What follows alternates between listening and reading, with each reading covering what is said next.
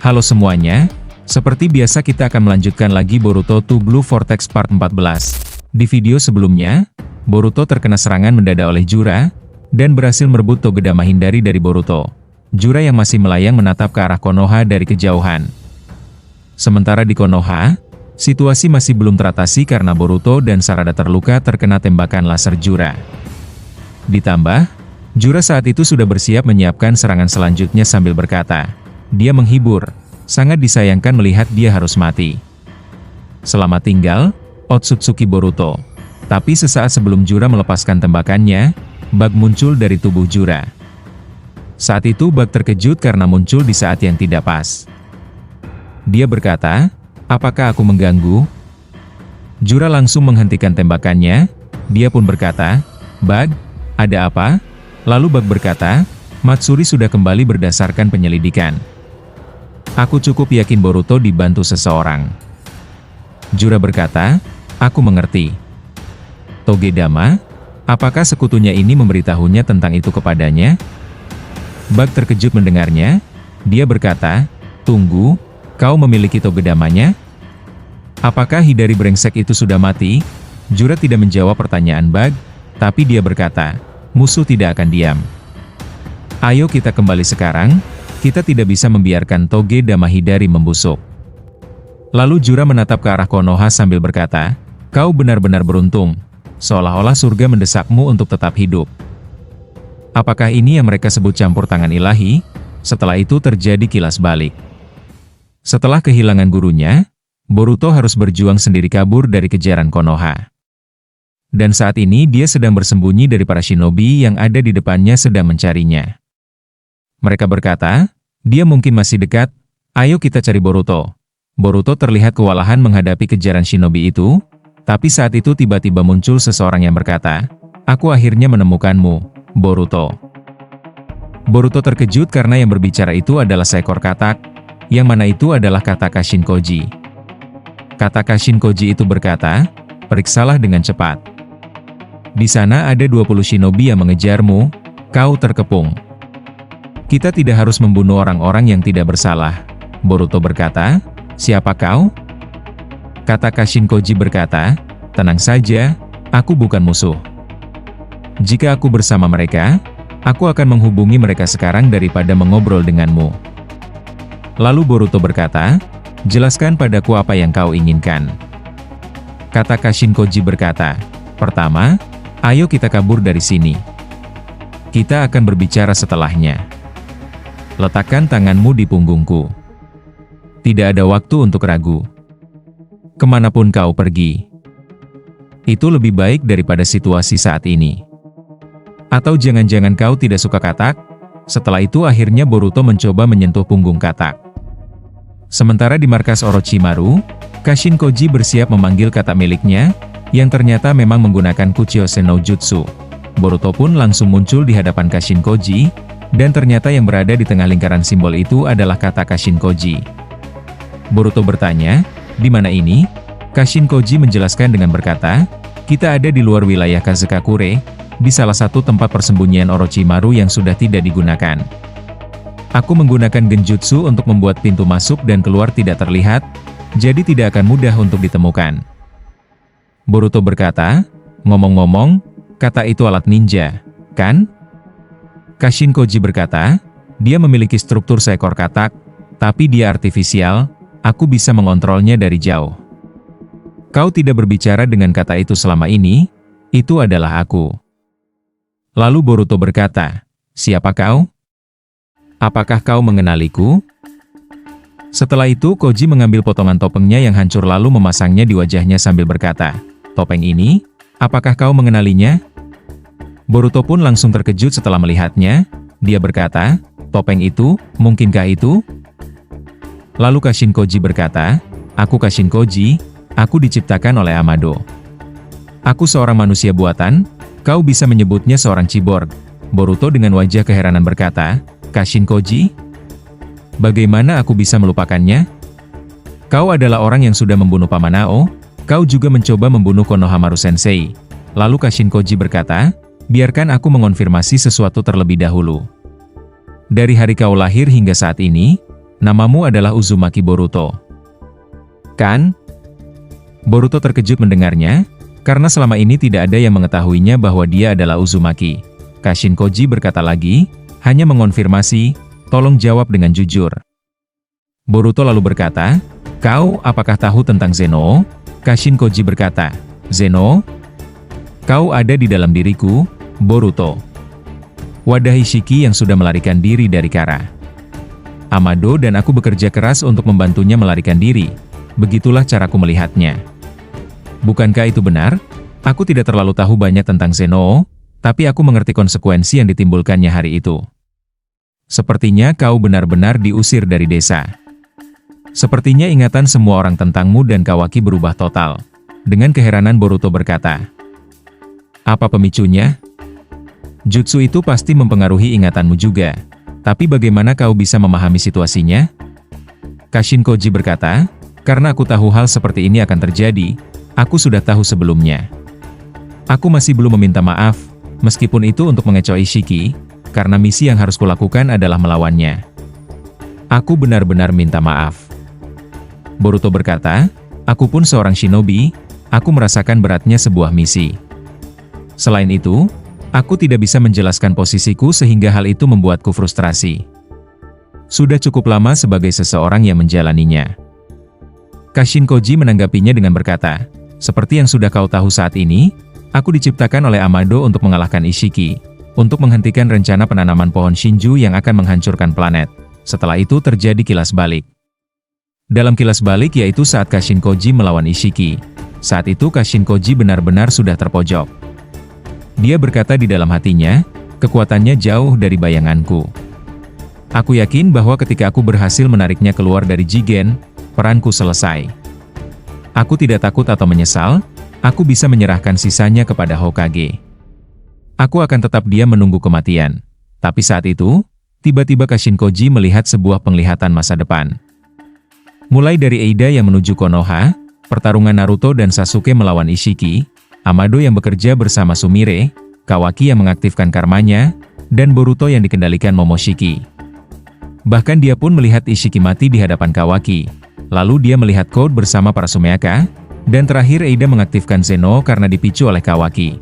Saat itu Kashin Koji berkata, ini adalah kejadian yang tiba-tiba. Satu demi satu kejadian terungkap di depan mataku. Aku punya firasat apa yang ada di depanku mungkin menjadi kenyataan. Ini adalah pemandangan dari masa depan. Ternyata saat itu Kashin Koji tidak hanya melihat kejadian itu saja. Dia pun melihat munculnya para Shinju yang dipimpin Jura. Menariknya, saat itu ada satu Shinju baru yang terlihat selain Jura, Hidari, Matsuri, dan Bug. Shinju itu memiliki tanda di mata dan pipinya yang terlihat seperti Shinki. Kashin Koji pun melihat pohon Shinju sudah tumbuh. Dia berkata, kurasa aku sudah menyadarinya, aku harus menghancurkan Jubi sendiri. Bahkan jika aku mati, Ishiki tidak akan berakhir, planet ini masih dalam bahaya. Aku masih punya banyak hal yang harus kulakukan, aku tidak boleh mati seperti ini. Kilas balik pun berakhir. Boruto cukup kebingungan mendengarnya, lalu Kashin Koji berkata, kemudian dengan penglihatan yang aku saksikan, lalu membandingkannya dengan kenyataan yang terjadi, aku mengandalkan pemahaman dan keyakinanku terhadap kemampuan ini. Lalu Boruto berkata, Zeno sudah menukar posisiku dengan Kawaki, apa kau tahu juga tentang hal itu? Kashin Koji berkata, ya, tapi pada poin itu aku baru yakin setelah berbicara denganmu. Sejauh yang aku tahu ini sudah berlangsung cukup lama. Putra Hokage seharusnya adalah Kawaki. Boruto semakin kebingungan dengan ucapan Kashin Koji, lalu dia berkata, kekuatan ini, apa yang kau maksud? Dan bagaimana kau mendapatkan kekuatan seperti itu? Kashin Koji lalu menjelaskan dengan berkata, kau seharusnya sudah mendengar hal ini dari Amado tentang Otsutsuki Shibai. Dia pernah melahap kehidupan beberapa planet, ia menguasai semua Shinjutsu dan dianggap sebagai dewa Otsutsuki dari zaman kuno. Kami para anggota Kara diberi modifikasi kekuatan oleh Amado, kami semua mendapatkan transplantasi sel Shibai ke dalam tubuh kami. Tujuannya adalah untuk memanifestasikan salah satu dari sekian banyak Shinjutsu miliknya. Apakah kami bisa memperoleh kekuatan itu dengan benar atau tidak, tergantung pada keberuntungan. Alhasil, Code punya Sumeato, Daemon punya refleksi, Eida mendapatkan kekuatan ajaib bak dewa, sementara Boro, delta, dan aku tidak pernah mendapatkan Shinjutsu. Tapi Ishiki memojokkanku. Di saat hidupku diambang kematian, kekuatan itu tiba-tiba muncul. Kekuatan untuk melihat semua kemungkinan masa depan, itu disebut Jippo. Boruto semakin keheranan, terutama dengan ucapan semua kemungkinan masa depan. Lalu Kashinkoji berkata lagi, mungkin tampak jelas, tetapi masa depan kita bukanlah jalan yang lurus. Cerita bercabang rumit di persimpangan tempat seleksi terjadi. Dengan kata lain, pertarungan sengit antara takdir berkaitan dengan apa yang sudah dihindari. Garis waktu di masa Hokage dibunuh, Ishiki bereinkarnasi di dalam Kawaki, tapi ternyata tidak seperti itu. Padahal kemungkinan terjadinya hal itu sangat besar. Mari kita lihat contoh lainnya. Hari itu Hokage menghilang di tangan Kawaki, kau dan dia berdebat, akibatnya kau dibunuh oleh Kawaki. Uchiha Sarada mencoba untuk campur tangan. Dalam versi ini, kau dan Kawaki tidak pernah bertukar posisi. Setelah itu Kawaki dikalahkan tak berdaya oleh Code, dan kau dilahap oleh Jubi. Shinju membawa planet ini menuju kehancuran. Sulit untuk membuktikan apa yang kulihat ketika garis waktu itu tidak menjadi kenyataan. Apa yang kuinginkan darimu selama bertahun-tahun adalah masa depan kita terus berjalan di atas tali yang berbahaya.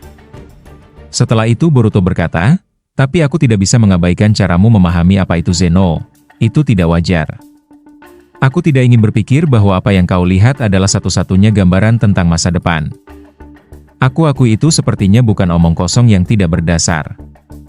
Kashinkoji berkata, terima kasih banyak sudah memahamiku. Lalu Boruto berkata lagi, tapi pada akhirnya itu artinya segala sesuatunya akan berjalan sebagaimana mestinya, kan? Jadi kau sudah melihat skenario masa depan yang berbeda, bagaimana hal itu bisa membantu? Lalu Kashinkoji berkata, keuntungan terbesar adalah kemudahan mendapatkan informasi. Jika itu membantumu dalam kehidupan buronanmu, kau tidak akan menemui jalan buntu seperti sebelumnya. Boruto berkata, ya, jelas itu akan banyak membantu.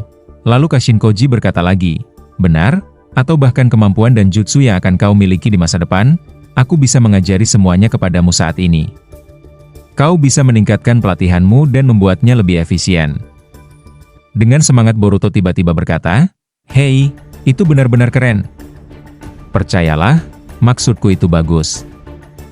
Kashinkoji berkata lagi, tidak ada kontradiksi kronologisnya, aku hanya menceritakan apa yang kulihat. Itu adalah prosedur normal dalam Jippo. Ada juga cara untuk menyelamatkan Uchiha Sasuke dari berubahnya dia menjadi pohon. Aku akan jelaskan nanti. Tapi pertama-tama aku ingin kau tahu hal itu bisa saja terjadi saat ini. Ini tentang masa depan yang paling buruk. Boruto berkata, masa depan yang paling buruk katamu? Setelah itu Kashinkoji mulai menjelaskan, dia berkata, pertama, para Jubi itu lepas dari kendali Code dan mencapai evolusi baru dalam bentuk beberapa Shinju humanoid dengan keinginan mereka sendiri. Kemungkinan besar mereka akan menampakkan dirinya kepada kita. Tapi jika kita bisa menghancurkan sumber dari Jubi itu, maka hal itu akan baik-baik saja. Peluang ini sangat kecil sekarang. Aku bisa melihat hampir semua hal di masa depan. Shinju humanoid masing-masing memiliki bentuk yang berbeda. Yang paling berbahaya dari mereka adalah pemimpinnya. Dia bernama Jura. Boruto, kau akan dibunuh olehnya. Aku tidak akan mengatakan semuanya, tapi dalam banyak masa depan hasil yang sama akan terjadi. Apa yang terjadi setelahnya kurang lebih sama saja, Kawaki dimangsa dan dihabisi. Dunia ini akan kiamat. Tidak perlu dikatakan lagi, hal itu tidak boleh terjadi. Kita tidak boleh membiarkan masa depan terburuk terjadi. Ada banyak kemungkinan seperti yang aku sebutkan sebelumnya. Bahkan jika kau mengetahui fakta ini. Saat kita menempuh rute ini, kita bisa mengubah masa depan kita setiap saat. Setelah itu Boruto berkata, aku akan memberitahumu satu hal, Pak Tua. Entah itu untuk menghentikan pohon Shinju atau apalah, tidak mungkin aku akan setuju untuk membunuh Kawaki. Aku akan membuat saudaraku yang bodoh itu kembali sadar, dan aku akan mengembalikan keluarga Uzumaki seperti semula. Itulah tujuanku. Setelah itu Boruto mulai memasang ikat kepalanya sambil berkata, bagaimanapun juga, Jubi itu menghalangi jalanku. Aku mengerti itu. Kau bahkan tidak perlu memberitahuku. Code, Jubi, dan yang lainnya, aku akan mengurusnya, percayalah. Sementara Kashinkoji hanya terdiam mendengarnya. Setelah itu kembali ke masa kini. tepatnya di Konoha, di lokasi pertempuran Hidari dan Boruto. Saat itu Sumire sedang berada di samping Boruto dan meminta Boruto untuk tidak banyak bergerak. Sementara Konohamaru sedang melihat, dia berkata, tulangnya tidak apa-apa, tapi sarafnya kemungkinan besar mengalami kerusakan. Hanya saja saat itu Sarada tidak peduli dengan kondisinya, dia lebih mengkhawatirkan Boruto. Ia berkata, aku tidak apa-apa, fokus saja pada Boruto. Kemudian Himawari pun mulai sadar dari pingsannya. Dia langsung melihat ke sekelilingnya tanpa mengabaikan kondisi tubuhnya. Saat itu Himawari melihat Sarada sedang terluka dan dia pun langsung menghampirinya. Himawari langsung memegang tangan Sarada lalu menyalurkan cakra Kyuubi kepadanya, dan seketika tangan Sarada pun langsung sembuh total. Sarada yang melihat hal itu di depan matanya bahkan tidak bisa mempercayainya. Kawaki yang melihatnya pun merasakan hal aneh sudah terjadi kepada Himawari. Konohamaru pun bahkan sangat terkejut, dia berkata, "Apa yang terjadi, Himawari? Kau?" Saat itu Himawari hanya tersenyum sambil berkata, "Lukanya kecil, jadi kupikir itu akan baik-baik saja." Melihat Himawari bisa menyembuhkan Sarada, Sumire yang saat itu memegangi Boruto langsung memanggil Himawari untuk memintanya menyembuhkan Boruto juga. Himawari terkejut karena ada Boruto di sana. Dia berkata, "Boruto?" Dia sudah kembali. Tapi saat Himawari akan pergi menuju Boruto, Kawaki tiba-tiba menghentikannya. Kawaki berkata, "Tunggu, Himawari. Jangan mendekatinya." Sementara Sarada cukup marah dengan tindakan Kawaki itu, tapi Kawaki berkata, "Jangan salah sangka, aku tidak mengatakan kau tidak boleh menyembuhkannya. Tapi ada sesuatu yang harus dilakukan sebelum itu, benar kan Konohamaru?" Konohamaru berkata, "Benar, ini adalah kesempatan sekali seumur hidup." Setelah itu Konohamaru menghampiri Boruto dan meminta Sumire untuk menyingkir. Lalu Konohamaru langsung memasang sebuah borgol di tangan Boruto. Dia berkata, "Jangan khawatir, aku tidak akan bersikap kasar. Ini adalah borgol penyegel milik Amado, sekarang kau tidak akan bisa menggunakan jutsu apapun." Sarada yang melihat itu langsung menghampiri Boruto, dia berkata, "Konohamaru Sensei." Konohamaru berkata, "Jangan melawan, Sarada. Ini adalah tindakan yang wajar. Dapatkan informasi yang dia punya, aku akan menghubungi Hachidaime." Sementara Kawaki saat itu merogoh baju Boruto dan berhasil menangkap kata milik Koji. Dan Kawaki cukup keheranan karena dia pun menyadari itu adalah kata milik Kashin Koji. Kawaki berkata, "Apa? Orang itu? Kashin Koji?" Setelah itu dia menghancurkan kata Kashin Koji itu. Konohamaru yang melihatnya bertanya-tanya apa yang terjadi kepada Kawaki. Tapi Kawaki tidak memberitahu Konohamaru tentang kata itu. Sedangkan Kashin Koji yang berada di markas Orochimaru menyadari bahwa situasinya akan menjadi semakin merepotkan. Setelah itu beralih ke markas Shinju. Jura sudah meletakkan Togedama Hidari di atas kotak hitam. Lalu batang-batang pohon atau akar-akar pohon mulai memberikan atau menyalurkan sesuatu kepada Togedama Hidari itu. Dan tidak lama kemudian, Hidari pun bangkit kembali seutuhnya. Jura langsung berkata, "Jadi bagaimana, Hidari? Apakah kau merasakan sesuatu yang aneh?" Hidari berkata, "Tidak yakin, aku pun tidak tahu." Jura berkata lagi, "Aku mengerti. Sepertinya kau sadar akan peranmu sebagai Hidari, tidak masalah, identitasmu masih utuh." Lalu tiba-tiba Matsuri memanggil Jura. Dia berkata, "Jura, itu sudah cukup, kan? Lihatlah di sana. Aku ingin sekali melihatnya. Aku penasaran orang seperti apa yang akan muncul nanti." Saat itu ucapan Matsuri merujuk kepada togi dama lain yang tumbuh di ujung salah satu batang yang ada di markas mereka itu. Jura berkata, "Aku tidak peduli, panenlah."